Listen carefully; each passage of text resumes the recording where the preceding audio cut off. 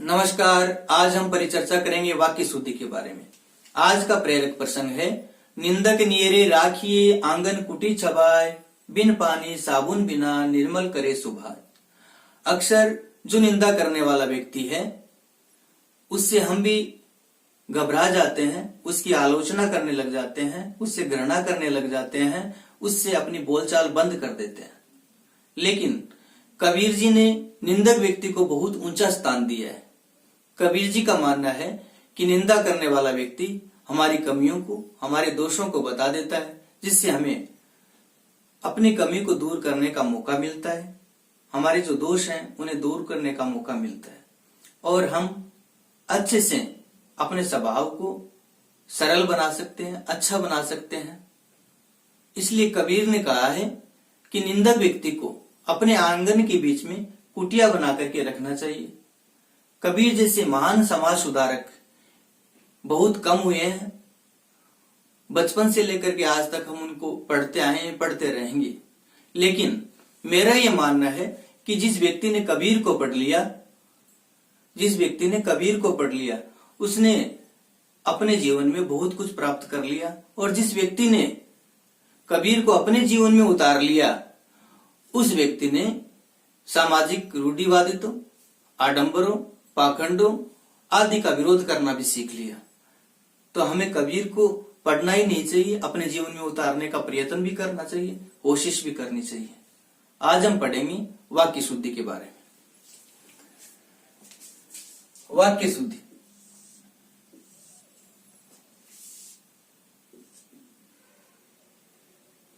आपके लिए खुशखबरी है। पहला वाक्य है, आपके लिए खुशखबरी है। हम व्यवहार में खुशखबरी बोलते हैं, जबकि खुशखबरी नहीं होता। क्या होता है? खुश खबर है, यानी खुशी प्रदान करने वाली खबर। खबर का मतलब क्या होता है? सूचना होता है। तो ये अशुद्ध हो गया, सब संबंधी अशुद्धि हो गई। खुशखबरी, खबरी किसे कहते हैं? जो सूचना देने वाला है, जो खबर देने वाला है, उसे क्या कहा जाता है? खबरी कहा जाता है। तो आपके लिए खुश खबर है, खबरी नहीं होता है। 2 नंबर वाक्य है, वह रोग ग्रसित है।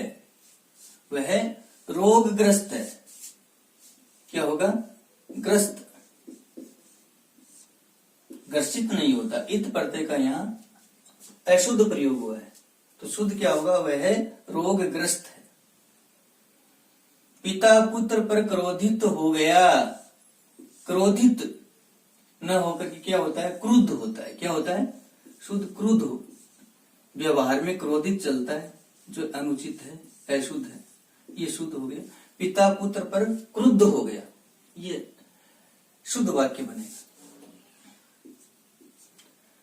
इसके बाद में है, बहुत सुंदर अभ्यारण्य है। तो यहां बहुत सुंदर अभ्यारण्य है। अभ्यारण्य शब्द ऐसा ना होकर के अभयारण्य ऐसा शुद्ध होता है। भय पूरा होता है। ए उपसर्ग भय मूल शब्द है, और अरण्य ये जंगल हो गए। यहां ए उपसर्ग के साथ में भय मिलाया तो अभय धन अरण्य हो गया। ए और ए मिलकर के क्या हो गया? दीर्घ संधि हो गई। क्या बन गया? अभयारण्य। ऐसा जंगल जहां किसी प्रकार का भय नहीं होता है, उसे क्या कहा जाता है? अभयारण्य। ये हो गया। तो ये अशुद्ध हो गया। यहां भी शब्द संबंधी अशुद्धि होगी। त्योहारों का देश हमारा, हमको इससे प्यार है। तो त्योहारों, ये देखिए त्योहार शब्द अशुद्ध है। त्योहार नहीं होता। क्या होता है? त्योहार। ओ की मात्रा ही आती, और बहुवचन है तो त्योहारों, ये हो गया शुद्ध। यहां जो अव की मात्रा वो नहीं आती, न्योछावर में भी नहीं आती। तो त्योहारों का देश हमारा, ये हो गया। यहां भी कौन सी अशुद्धि होगी? अशुद्धि का प्रकार है वो क्या हो गया? शब्द संबंधी अशुद्धि हो गई। जो शब्द है वो अशुद्ध है, शब्द संबंधी अशुद्धि। अगला प्रश्न है, वह अनेकों कला जानता है। वह अनेकों, देखिए अनेक, अनेक को न होकर क्या होगा, अनेक होगा।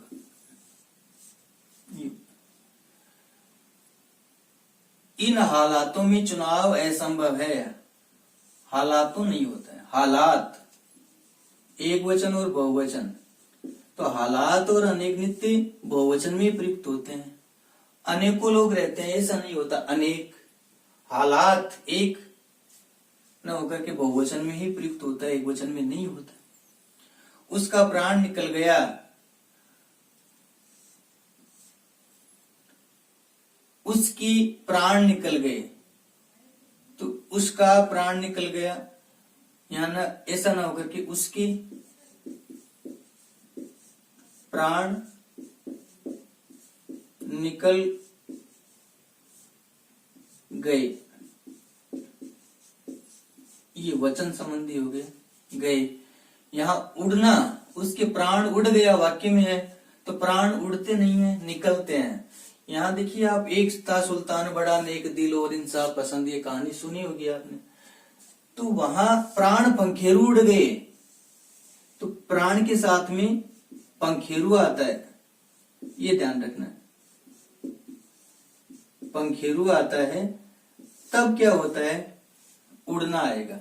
लेकिन प्राण आता है, पंखेरु नहीं आता है, तब क्या आएगा, निकलना। तो ये उसके प्राण निकल गए, ये वचन संबंधी हो गई। यहां भी वचन संबंधी, यहां भी वचन संबंधी। शिक्षक गणों की गोष्ठी है। देखिए आप, शिक्षक गणों, गण नित्य बहुवचन ही है, बहुवचन का बोधक है, तो शुद्ध क्या रहेगा, शिक्षक गण की गोष्ठी है, संगोष्ठी है, तो ये अशुद्धि हो गई, वचन संबंधी। शिक्षक गण ने हस्ताक्षर किया, शिक्षक गण ने हस्ताक्षर किया न होगी, किए, नित्य बहुवचन में प्रयुक्त होता है हस्ताक्षर शब्द। तो हमें ध्यान रखना, अनेक है, हालात है, प्राण है, गण है, हस्ताक्षर है, दर्शन है, आदेश है, अनेक है, आंसू है, बजे है, प्राण, ये सारे के सारे शब्द नित्य बहुवचन में प्रयुक्त होते हैं। किसमें, बहुवचन में। तो इनके साथ में क्रिया जब लगती है तो बहुवचन की ही लगती है। जैसे 12 बज गया, ऐसा ना होकर के 12 बज गए। प्राण निकल गया, ऐसा ना होकर के प्राण निकल गए। आंसू आ गया, ऐसा ना होकर के आंसू आ गए, ऐसा। तो ये नित्य बहुवचन में प्रयुक्त होने वाले शब्द है, ये ध्यान रखना है। तो इनके साथ में जो क्रियापद होता है जो लगाते हैं, या यहाँ इनका बहुवचन रूप बनाते हैं, वो क्या होता है, अशुद्ध होता है। क्रियापद जो लगाते हैं उसमें भी वचन संबंधी जो है हमें नित्य क्या करना है, बहुवचन का रूप ही करना है। इसलिए यहाँ है।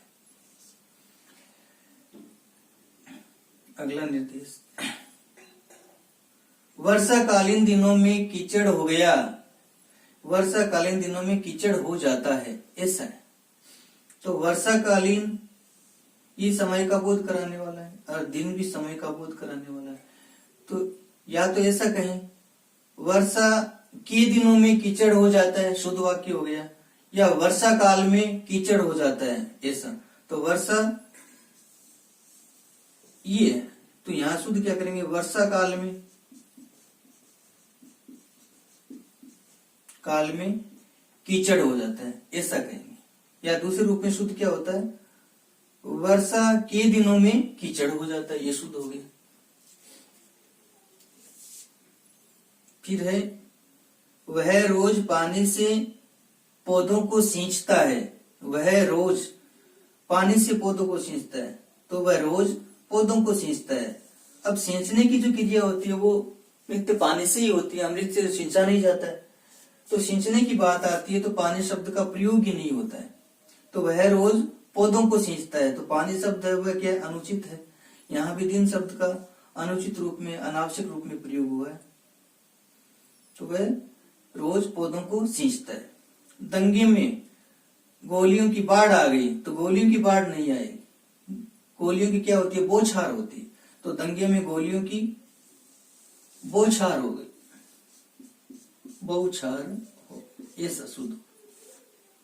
तो ये अनुचित शब्द है, इसकी जगह क्या आएगा, बौछार आएगा। रेडियो की उत्पत्ति किसने की, तो रेडियो की उत्पत्ति नहीं होती, क्या होता है, आविष्कार होता है। जो चीज इस दुनिया में नहीं है और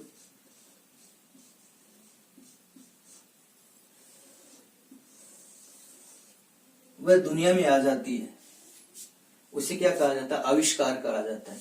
जो थी नहीं और उसको बनाया गया है मानव के द्वारा, उसे क्या कहा जाता है? आविष्कार कहा जाता है। आविष्कार का संधि विच्छेद आविधन कार होता है, यह आविष्कार।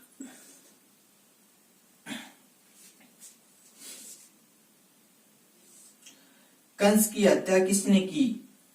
तो कंस की हत्या, तो यहां हत्या शब्द ना करके आएगा वध आएगा। ये जो अपने प्राचीन धार्मिक ग्रंथ है ना, उनसे जुड़ा हुआ वाक्य है। यानी वध और हत्या में अंतर बताया जाता है।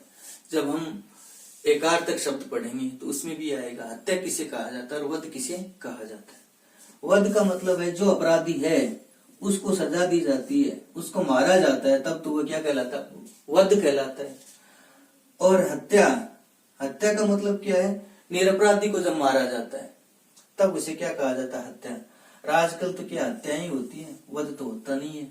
ये ऐसा है, राधे नाम पढ़ते मर्डर हो गया, हत्या हो गई, ये है। तो यहाँ वध और हत्या में अंतर है। इसके बाद में है विशेषण संबंधी अशुद्धियां। यहां शुद्ध गाय का दूध मिलता है, तो विशेषण का प्रयोग है वो या तो अशुद्ध रूप में प्रयोग हुआ है, अनुचित विशेषण का प्रयोग हुआ है, या विशेषण का स्थान है वह क्या है? अनुचित जगह है, उचित स्थान पर विशेषण का प्रयोग नहीं हुआ है। तो ये चीजें हमें देखनी।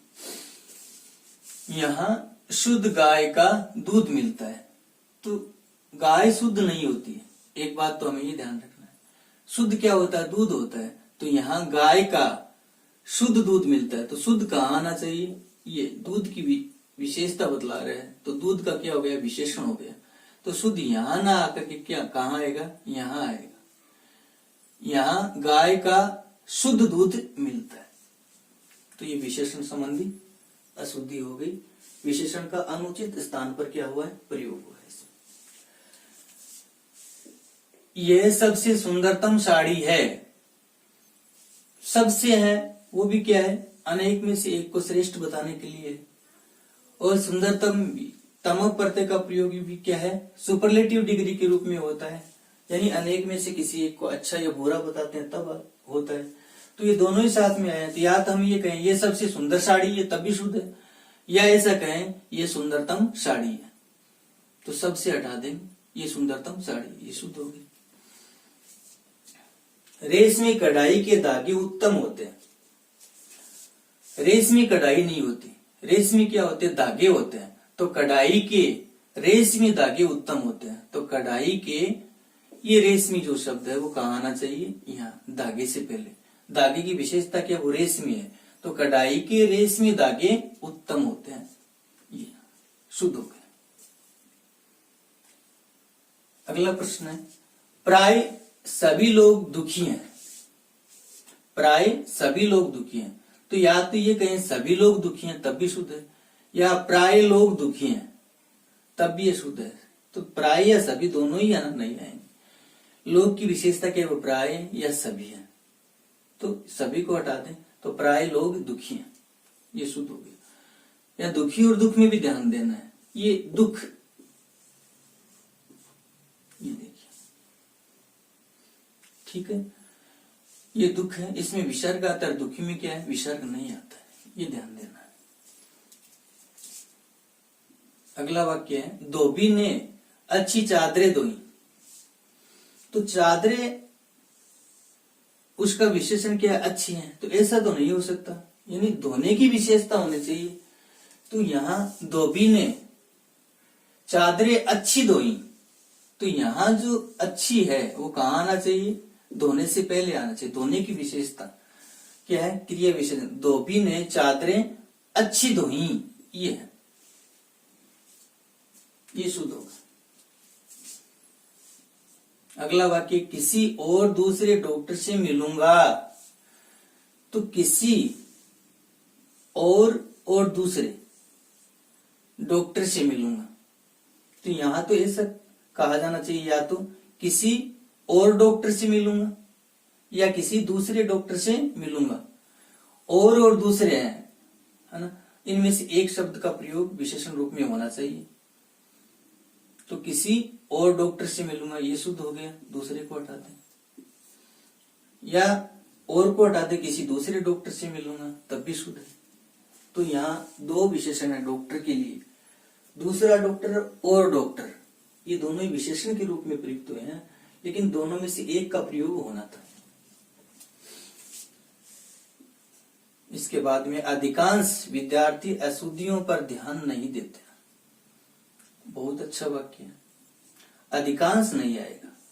अधिकांश जो है वो मात्रात्मक रूप में होता है, मात्रा बताते हैं, जैसे अनाज की मात्रा, अधिकांश अनाज सड़ गया, अधिकांश अनाज का सदुपयोग नहीं हुआ। तो अधिकांश है वो मात्रात्मक रूप में प्रयुक्त होता है। और यहाँ क्या है, अधिकांश की जगह क्या आना चाहिए, अधिकतर। क्या आना चाहिए, अधिकतर विद्यार्थी, ये गिनती के रूप में प्रयुक्त हो रहा है, तुलनात्मक रूप में प्रयुक्त हो रहा है। तो यहाँ अधिकतर विद्यार्थी अशुद्धियों पर ध्यान नहीं देते, तो अधिकांश की जगह क्या आएगा, अधिकतर आएगा, ये ध्यान रखना। बहुत अच्छा है, अधिकांश और अधिकतर का प्रयोग बताया गया है कि कहाँ होना चाहिए। इसके बाद में सर्वनाम संबंधी अशुद्धियां, ये विशेषण संबंधी अशुद्धि थी सारी की सारी। पहला वाक्य है, सुधांशु और सुधांशु का पुत्र व्यस्त हैं। सुधांशु और उसका पुत्र व्यस्त है, पुनरावृत दोष हो गया। सुधांशु और उसका पुत्र व्यस्त है, ऐसा होगा। सुधांशु शब्द का प्रयोग दोबारा नहीं आएगा, तो दोबारा प्रयोग नहीं होना यहाँ विशेषण। ये जो सर्वनाम शब्द है उसका प्रयोग। पिताजी ने मुझसे कहा, पिताजी ने मुझे कहा, से कारक चिन्ह का अनुचित प्रयोग। यहाँ मुझसे जो सर्वनाम है उस सर्वनाम के स्थान पर क्या होना चाहिए, मुझे सर्वनाम आना चाहिए। कोई ने कहा, कोई की जगह क्या आएगा, किसी ने कहा। ये दूध में कौन गिर गया, दूध में क्या गिर गया, कौन की जगह क्या आएगा, क्या गिर गया। ये प्रश्नवाचक सर्वनाम हो गए। वह मेरा दोस्त है, वह मेरे साथ पढ़ता है। वह मेरा दोस्त है, वह मेरे साथ पढ़ता है। तो ऐसा ना हो, वह मेरा दोस्त है जो मेरे साथ पढ़ता है, ऐसा रहे। तो ये हो गई सर्वनाम संबंधी अशुद्धि।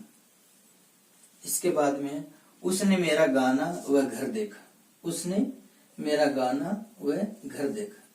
तो ये वाक्य अशुद्ध हो गया। उसने मेरा गाना, यहाँ सुना क्रिया का प्रयोग होगा। उसने मेरा गाना सुना वह घर देखा। तो यहाँ क्रिया का प्रयोग होना था जो नहीं हुआ है, तो यहाँ क्या आएगा, सुना क्रिया है। इसके बाद में अगला वाक्य, जो साहब ने बोला वह कर। तो साहब बोलते नहीं है, कहते हैं। जो साहब ने कहा, यहाँ बोलने की जगह क्या है, जो साहब ने कहा वह कर। ये आदेशात्मक वाक्य। उसे घमंडी कहकर पुकारना ज्यादती है। तो उसे घमंडी कहकर पुकारना, देखिए अनुचित हो रहा है, कहना या पुकारना। तो उसे घमंडी कहना ज्यादती, कहकर पुकारना ये अनुचित है। तो कहना क्रिया का प्रयोग होगा, उसे घमंडी कहना ज्यादती है। अगला वाक्य, मैं आप सबका धन्यवाद करता हूं। क्या है, मैं आप सबका धन्यवाद करता हूं। तो मैं आप सबका धन्यवाद करना नहीं होता, धन्यवाद दिया जाता है। तो मैं आप सबका धन्यवाद, मैं आप सबको सबको धन्यवाद देता हूं। क्या है? देता हूं। धन्यवाद किया नहीं जाता, दिया जाता है, स्वागत किया जाता है। मैं आप सबका स्वागत करता हूं, मैं आप सबको धन्यवाद देता हूं।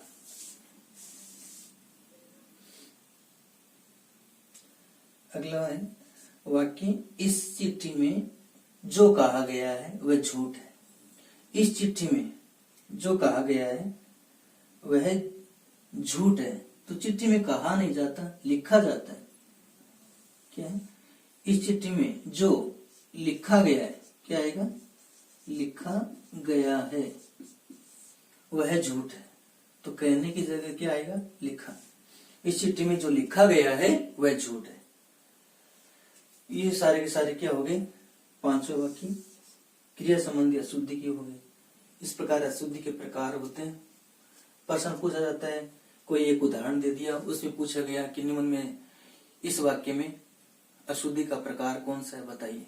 या ऐसा कह दिया गया, 4 वाक्य दे दी और उनमें पूछा गया कि विशेषण संबंधी अशुद्धि वाला वाक्य बताइए। ठीक है, तो इस प्रकार प्रश्न बनते हैं। इसके बाद में कारक संबंधी अशुद्धि, यानी कारक से संबंधित जो अशुद्धि है। कारक जो संस्कृत भाषा उसमें कारक से 6 भेद, 6 भेद होते हैं।